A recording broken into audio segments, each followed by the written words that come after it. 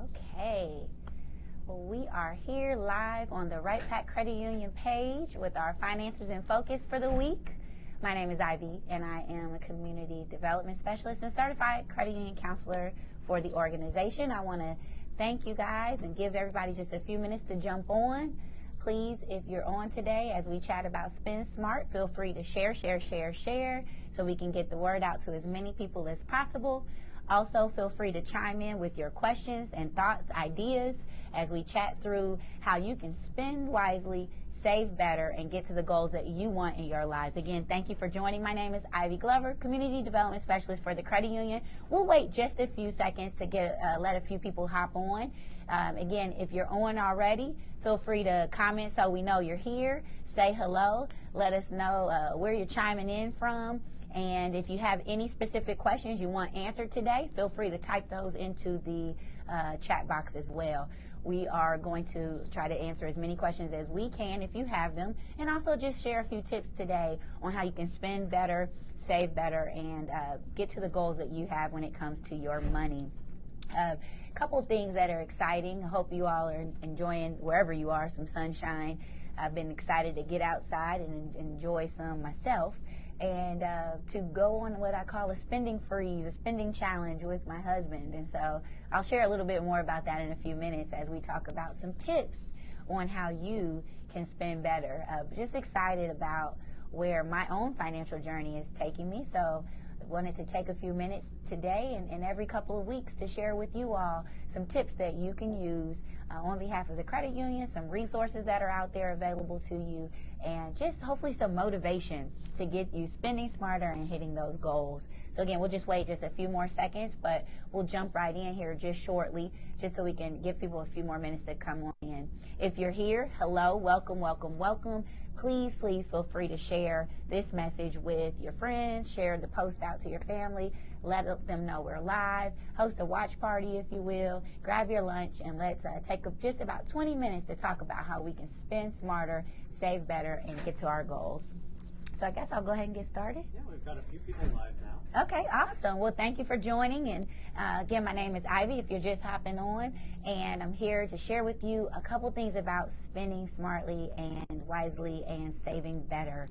Did you guys know that according to a survey that we did and it's sort of been done nationally with our organization, Center for Financial Solutions Innovation, today they're called Financial Health and Wellness Network, that over half of Americans do not have $400 cash saved in the case of an emergency.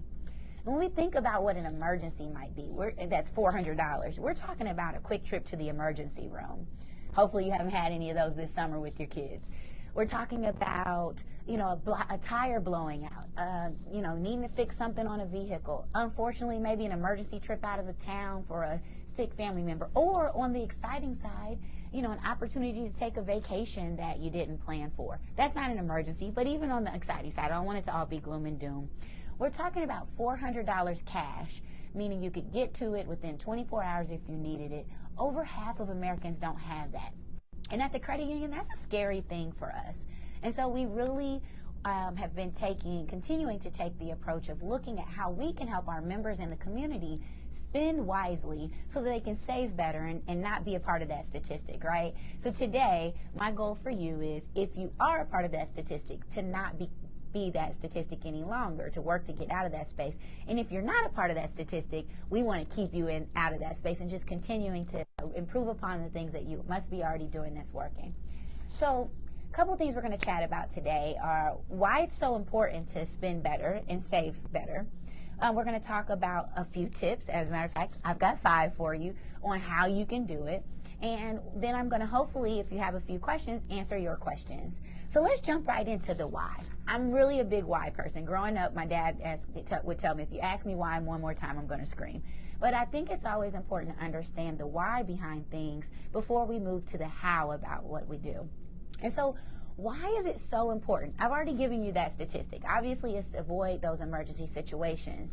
But one thing that we know is if we can put ourselves in a position to spend better and spend wisely, it helps us to be more prepared to save for both expected and unexpected expenses, right, to get us out of that $400 cash emergency if we were to have it. It also helps us to avoid over borrowing. So if we have a plan for expected expenses, we may not have to borrow so much to meet the goals that we have. So that's another way that it helps us. And Ivy, we've got a couple questions coming in. Oh, awesome. Kind of chiming in. Just how can I save that $400? Sure. Start with that savings. Awesome. So we'll jump right into that in just a second as I jump into those 5 tips, because there's a couple places we can find the savings, and a lot of times it's hard. We feel like it's a little hard to find the savings, right? Especially if we are already taking care of all the bills, and we may even feel a little short on our bills, or we feel like it's tight. But I'm going to give you a few places that you can find that. One is to set up a thing called Easy Saver. And then, like I said, I don't want to go too deep into this yet, but one tool that you can use if you're not using it yet is a tool called Easy Saver. And it's actually a tool that we have at the credit union. And not that I want to, talk all tools today, but it is one that's a really cool and easy tool to use. If you have a checking account with a debit card with us, you actually can save while you spend. So what happens is you go to the store, make a purchase, and say your purchase is 55 cents. Well, it rounds that 55 cents up to $1, and it stashes that other 45 cents into a savings account for you.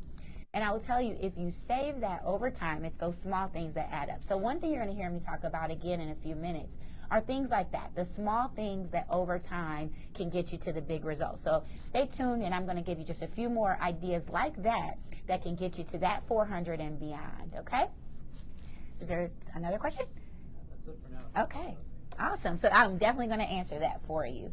So again, it's important to spend wisely, because spending, what we've determined, is kind of at the home front, the core of it all. If we can spend better, then we can save better. If we can spend better, then we avoid over borrowing. If we can spend better, we can plan for both today and the future. And so that is really, really important. So let's jump right into tips and how you can do that. I'm going to give you 5 tips on how you can start to spend better so that you can save more, whether it's that 400 or beyond. First of all, I want to address that there's that $400 cash emergency, but ideally for emergencies, you want to have a starter fund of about $1,000 saved. And that $1,000, again, covers that immediate emergency, but it helps to say that if something were to occur that was unexpected, not even an emergency, but unexpected events, that you could take care of that event without totally busting your budget. So there's that B word. Yes, you have to have a budget. You have to have a budget, or if you want to call it a spending plan or planning your paycheck, you want to have something that helps you walk through where your money's going before it actually goes there. And we'll talk about that here a little bit more in just a second. But getting back to that emergency pot, you want to have money saved for the emergency. Now, if you make less than $26,000, that can drop down to a $500 starter pot. Of course, the more the better, but that can drop down to a $500 starting pot. So let's jump right into those hows. So the first thing to do, and this is one that it's early still in the month, so it's a good time to do it. Hey, it's early in the week, it's a good time to do it. Every day is a good time to do this. You want to track your spending. You want to write down, or if you want to type on your phone, that's fine too, but ideally you want to write down every time you spend, whether that's to pay a bill or if that is to go to the vending machine. Write it down. What this is going to do for you is going to, if you don't have a budget, give you the numbers that you're going to need to put one together. If you do have a budget, or if you feel like you have one that sounds good on paper, but when you actually go to use it, it doesn't seem to play out right, it's going to help open our eyes to understand where our money's going. And I always tell people the biggest important step to your financial plan, whether that's planning, spending, borrowing, or saving, is you got to start by knowing where you are before you can know where you're headed. Does that make sense? So by tracking our spending, it's the first step to get hold of our spending and ultimately finding opportunities to save. We have to see what we're doing with the money before we can make choices to do other things. So you want to write your spending down. I always challenge people to do that for 2 weeks. Write down every time you spend. If you need to collect your receipts and write it down at the end of the day, that's fine. But write it down and then give yourself a grade on your spends. Review that list after 2 weeks. Think about, was it a necessary spend? Was it, did I spend well for that purchase? Did I overspend for that purchase? And what opportunities might I have to make a shift in that and increase my savings? A lot of times we don't feel like we have money to save because we haven't looked at the money that we have from day to day. So by tracking that spending, it helps us to do that. So that's the first step. Now, Another way you can track your spending is that you could actually go online, and especially if you're a Wright-Patt Credit Union member, we have a tool called Money Management. When you log into our online banking, you can hit the Money Management button, and it will actually, if you hit the transaction or spend button, you can actually see a full list of your transactions. It's really cool. So I encourage anyone that's a Wright-Patt Credit Union member, log onto your online banking, check it out. You can pull that list for 30 days, 60 days, 90 days, year over year, and it will pull every transaction you've made, not only on your debit card, but also on your credit cards as well. In addition, if you pull in accounts that are non-Wright-Patt Credit Union accounts, it will actually pull the transactions off of those as well. So that's an easy way. Little work up front. You want to pull your different accounts in if you have accounts or bills from other organizations, but it will read your transactions from your accounts and let you know not only what the spend was, but even by category what the spend was. That's another way to kind of jumpstart that whole tracking process. So again, important to see it, look at it, know where you are, and then know where you want to head from there. The second step is, once you know where you're headed, prioritize, set some goals so you know where you're going. Now, a lot of times people use that goal word and it freaks folks out, right? I'm not saying set a huge goal of, I want to buy a house tomorrow. This may be a small goal. Action step your goals. I want to pay down $50 in debt. I want to save that first $400. And then give yourself a time frame. The important things about the goal is that you not only set the goal, but you give yourself a timeline for the goal. But once you do that, you want to prioritize a budget plan with that goal in mind. So for the individual that asked about saving that $400, you want to set up your plan to where that $400 is a priority for you. So one way to do that, I'm going to show you guys this paper. You can actually get it on our website under our financial worksheet section. It's called a must-need and nice-to-have inventory. I will tell you, it was my best friend and greatest enemy when I first started using it. But it is a way to start to list your bills, your expenses, not just your bills, because when we think of bills, we only think of the stuff we pay every month. But expenses are anything that you're paying going out the door. You want to think of your expenses from what you must have or must take care of, and then what you need to take care of, and then finally what would be nice to take care of. And so with this, the important thing is that you want to list your bills in level of importance, your expenses in level of importance. This is helping you put priority to your spend. So you're going to list, for example, your rent or your mortgage, your car payments, your groceries, the baseline, the general amount of groceries that you need, not the want to go on a shopping spree amount, but the general amount that you need to feed your family. And that's going to be a little different for each person, but you want to list that. We do also have a budget breakout on our financial worksheets page. That'll help you. I didn't bring it today, but we do have that. Then your need to haves. These are your loans, your seasonal bills, maybe subscriptions. What do you need to pay that is important, but that won't put you in a completely compromising situation if you paid your must-haves first? Those are your need to haves. Now, when I talk about paying your loans and bills like that, it is the minimum due on those loans, okay? So that's that bucket. Then you go down to your extras, your nice to haves, your opportunities. This is where you're looking at the extra money that you have left over after your must pay bills and your, the things you have to take care of. That's the pot that you start to prioritize. And if your goal is to get to the first 400 or the first 500 or the first 1,000, now you're putting priority on extra savings for that purpose. And so that's where you start to do that. So that's the next step. It's prioritizing your checks, prioritizing your income in a way that pays what you have to take care of first, then what's next, and then finally what's nice to take care of. What happens when you do this is you've now taken that list you created and you said, here's what's most important, here's what's next important, and if I have to cut something off, well, now I've got a little bit, it's easy, I've got a clear guideline on what I want to cut off. So that's one. I have another question, Ivy. Okay. Do you have any tips for how you prioritize? Is it timeline, Sure. deadline first? Sure. So a couple things are important. You want to always protect your four walls. So from the standpoint of what to pay first, from a list standpoint, it's your things that protect your home, things that protect your nutrition, so your basic food and water necessities, things that protect transportation at the basics, and then things that protect your clothing at the basics, right? And we live in Ohio. For those of you in Ohio, you know that might mean boots on one day, sandals on the other. The next thing you want to do when you're prioritizing, and it's important to do this, is to literally, and I wish I had mine, it's over there, but literally look at a calendar. And I plan my paychecks based on at least 2 weeks up to a month of before something's due, making that, whatever bills are coming within that time frame, the payment priority. So you look at your bills for the month, and then you look at by paycheck what's coming, and you, again, in that order, you're taking care of those 4 walls first, your transportation, your home, your food and water, and your clothing, at the basics, taking care of those. Then you're going into your loans and debts and things of that nature, and then finally the flexible spending, which is the fun money, right, the opportunity money. Now, we'll know, let me pop back, you should always be trying to save something. And that's where the important thing is. If it's $5, if it's $2, that's okay.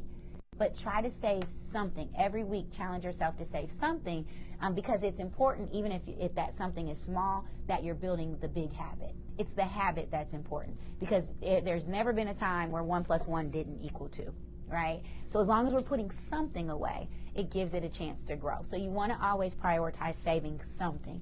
It might be $2, but save it. Don't feel like because it's just a small amount, it doesn't make a big difference, so I'm going to spend it anyway. Go ahead and put it away. Over time, it will grow. But again, you want to prioritize it first in order of list priority, the things that protect you, must pays versus the nice to have. Then from the schedule order, you want to prioritize based on when they're due, and again, based on what's priority of when they're due. And so we do have a budget workbook that I'd be happy to send anybody. If you guys want to message us your email address, I can email you out a budget workbook that actually breaks it down by month and then by pay period. And you can actually, it's an Excel document where you can actually plug in the numbers. It may be on our website, but I'm not sure that it is. So that's something that helps, because that's very helpful in seeing the bills very fluidly. You know, ideally we plan for the full month, but sometimes we have to take things every couple weeks at a time, right? So there's that blend there. The other thing to do to help prioritize that plan is, again, goes back to the goals, and that's why I said you want to set some priority goals where you have as a priority that emergency pot. You want money for planned unexpected expenses, excuse me. Then you want to prioritize paying down debt. So once you get that $1,000 or so, it's not that you won't be saving, but the next priority should be debt repayment. And then it's building that emergency fund to where it gets to 3 to 6 months of your necessary expenses. Then finally you'll be ready to build and really focus on the future. Not that you're not having the habit of doing those things now, but the priority is that starter fund, debt repayment, and then the full fund. So let's get into the third tip of how to do that. Automate, automate, automate. How many of you have one of these? I'm assuming that several of you are either on one of these or a tablet right now, right? So we have phones, we have tools and systems in place that will help us automate our savings as well as our spending and our bill pay. Excuse me. It's important that we automate as much as we can, because if we can't see it and don't have as many of a hand on it, it helps us to avoid the compromise of whether or not we're going to do it. So by way of savings, if we automate our savings, we determine what that amount is, we have it automatically going into a savings account every pay period, every week, every time we make a purchase. Then what that helps us do is to take the pain away from choosing to do it. As it relates to automating bill payments, it saves us in money and time. It also helps us to avoid any late fees that may be coming by not paying, which again, late fees are actually in the top 3 ways that people overspend. We actually overspend on paying late fees because we pay bills late. So that helps to get rid of that as an expense. It also helps us to, again, take the pain away from doing it. So automate, automate, automate. You can set up automatic transfers within your banking accounts and your financial institution accounts. You can set up direct deposits from your job into different accounts. Typically, a company will allow you to set up 2, maybe even 3 different allocations, so it can go straight from your paycheck right into a separate account. You can also set up automated transfers on your own within the system to and from different accounts within the online banking system. But automation is just a great way, to avoid more expense and make saving and bill pay easy. The fourth tip that I want to share with you all is, it kind of goes along with automation. It's setting up sub-accounts, okay? This is really huge. Some sub-accounts or cash envelopes. So, I have a cash envelope right here. What is a cash envelope? A cash envelope is an envelope. It doesn't have to look pretty and snazzy. This one just happens to be decorated. But a cash envelope is an envelope where you've determined a certain amount in your budget or in your spending plan that is going to go to a certain category. So let's say, for example, groceries. You've determined a certain amount that you want to spend on your groceries for the month or for the pay period. You fill that cash envelope up with the amount of money in cash, right? Can you believe it? Cash still has a place in our budget. Yes, it does. So you want to put cash in your cash envelope. And the rule is, and it tells you on the bottom, you fill it up for that certain period, whether it's the month or the pay period. That's the amount that you have to spend on that category. When it's gone, it's gone. You spend and you collect the receipts. And then that helps you to get a very gauge. There are statistics that show that we spend less with cash than we do with debit card, and less with debit than we do with credit. So that helps us to help discipline our spending when we can see it, feel it, touch it, and have to make decisions on it very visually. So cash envelopes are huge. Does the credit union have those, or maybe a template they could download? So we have these. We usually have these at our seminars. We do have them, and we're trying to figure out ways to distribute them. We don't have them in the member centers, but I didn't think about downloading them. That's something we'll have to look at. But I would encourage people, just get a good old legal envelope and write the category on the front, and you can do it that way. But we can definitely maybe post an image of these in the meantime as a resource that we can figure out how to provide to you all. The cash envelopes are great, or using cash is great. So there's cash envelopes, and then there's what I like to call digital cash envelopes, or sub-accounts. Now, sub-accounts, many of you may or may not know that in addition to your main savings and checking, which you should have a savings for short to mid-term expenses and needs that aren't happening today, money to save, right? And then you should have your checking, which is really your spending account. That is the account where you're moving money from day to day, month to month, to pay bills and to spend from. But did you know you can also set up in most institutions sub or secondary accounts? You can actually have secondary checking accounts, meaning an additional checking account, and you can have several secondary savings accounts as well. I have 7, for example. I have them. I name them. You can actually go online and hit under our additional services in online banking. You can name and hide your accounts. Actually name them what they're for. And then when I get on payday, I make transfers, automatic transfers, into them based on what's been budgeted. So sub-accounts are really a great way to help you discipline your spending, because you are moving the money to where it goes and giving it a name and a category, and you're spending based on that name and category. I recommend sub-accounts both for the spending as well as to help get that $400 in savings, right? Because if you are putting money away, again, building that habit, over time the money will grow. You may create a sub-account that's a goal account for a certain goal. So maybe that first $400. You may have a sub-account for a sporadic bill. How many of you have quarterly bills, whether it's a tax bill or a water bill, that it sneaks up on you every 3 months, and now you're trying to figure out how to pay it?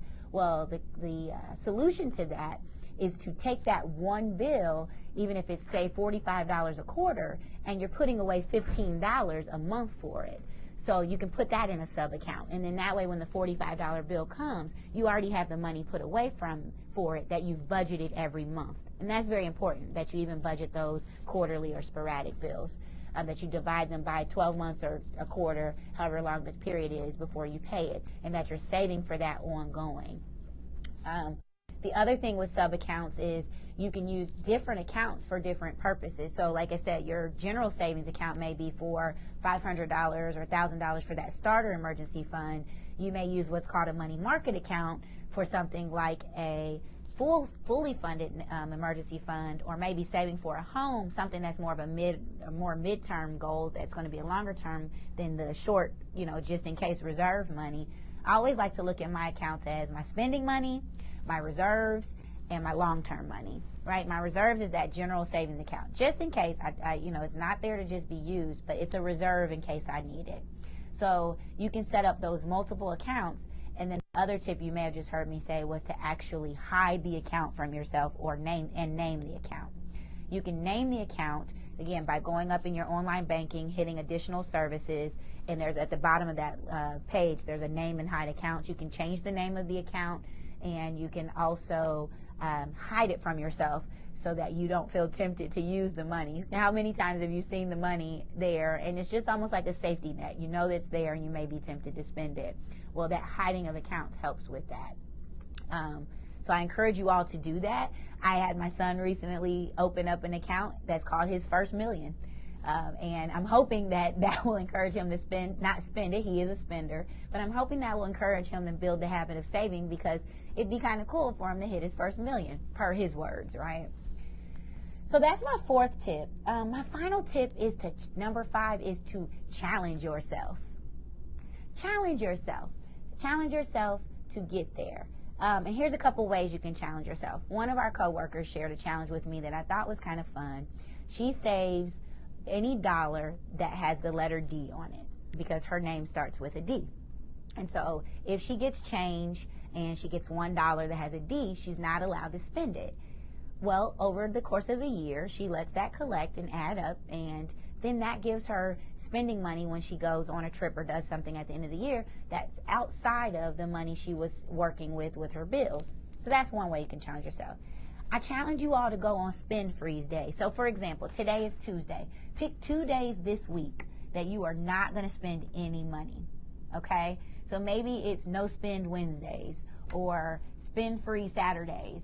And find creative ways, instead of spending, to save the money that you would have spent. Put that money instead in a savings account. Save your change. Again, this is where I go back to at the beginning when I mentioned that small things can add up to make a big difference over time. You don't have to necessarily stack thousands of dollars away. Sometimes it's those small things that add up. When you save your change and put it in a savings account, it grows on your behalf. And so just those small habits can add up over time. Use that list that you make when you do your spending track and look for opportunities to reduce your expenses. There's a couple of areas that you can look at first. Your groceries would be one, and eating out. You can look at your utilities as an opportunity. You can look at your cable and other entertainment type bills, subscriptions as an opportunity. And again, late fees are huge. So make sure that when you're doing your inventory, you're looking at not only what bills you pay, but when they're due, because you'd be surprised how much you may be paying in late fees from month to month on bills that aren't paid or bills that aren't paid in full according to the agreement. So I challenge you to look at your list and find opportunities to tighten up your budget there. And then I challenge you to cut the small stuff. I challenge you to cut 1 coffee a day, cut 1 trip to the lunchroom or to the restaurant for lunch a day, cut 1 pack of cigarettes if you're a smoker, cut 1 run to the dollar spot at your local convenience store, cut 1 trip for the value cash that you get when you make an extra purchase. And when you cut that 1 small thing, instead of putting it in your spending account, throw it in your savings account instead. It's those small steps that will make a big difference over time. Another one I would challenge you to do, eliminate unnecessary features. We are in a world where we are completely always connected. There's Wi-Fi everywhere, free, but we have unlimited everything. And we don't necessarily need it in many cases because we do have access to Wi-Fi and other digital services. So look at the features on your phone, on your television, things like that. If you're not using them, consider cutting them, even if for just a time. Hey, it's summertime. It's a great time to get outside. There's plenty of free resources. One thing we always talk about in seminars, borrow, rent, and share. You can borrow movies now and books and all kind of things for free. You can share books. Once someone's made a purchase, you can digitally share books now. Some of it is about being willing to get creative and, again, to cut the small stuff. Everything doesn't have to be big to make a big difference over time. So those are kind of the 5 tips I'd offer to everyone. Again, if you have any questions on anything I mentioned or anything else that wasn't answered for you, I'd be happy to spend the last few moments just kind of chatting about that. But those are my 5 tips. Remember, track your spending, automate, automate, automate, create a goal and some spending plan around that goal that prioritizes the goal that you have in mind. Set up sub-accounts or sub-cash envelopes, sub-accounts, digital envelopes, and then challenge yourself. And I gave you a couple different challenges: the dollar challenge, the spend freeze challenge, the save a latte or a lunch challenge. I always tell people, save a bunch, pack your lunch. That's another one. That's an easy one. So those are my 5 tips for you. Again, check out our website. We have, if you go to wpcu.coop, C-O-O-P, and you click on the financial worksheet section as well as the education center, there are several different tips and tools that help you with spending better, saving better. There's a lot of resources out there. We recently launched our new website a couple months ago, and there's even more tools out there to help you in this process. We're always here. I want to thank you guys and wish you good luck. Again, if you ever have any questions, we are here to ask. If you have some ideas, we'd love to hear them on ways that you're saving better and spending more wisely. We'd love to hear it. We'd love to hear your success stories. If you try any of these things and they work, send us a message, send us a post. Let us know how it's going for you. Tag us in your messages. We'd love to hear how things are going your way. We got a couple people who just wanted to say that they're interested in getting those workbooks that you mentioned. Okay. And that they're glad you shared that resource. Awesome. If you can actually add them, if we can type in the bar the email address, that'd be great for them. They can even message us, or they can send it to financialeducation@wpcu.coop. I don't know which one's easier, but yeah, if anybody's looking for more resources, just feel to comment, and we'll follow up with you through DMs. Perfect. All right. Well, I think that's all we have time for today. Thank you guys for tuning in. Again, feel free to share this forward so that if there was a note in there that you think somebody else can benefit from, let them know. And we will see you all soon in a couple of weeks as we continue with our financial focus. Have a great one.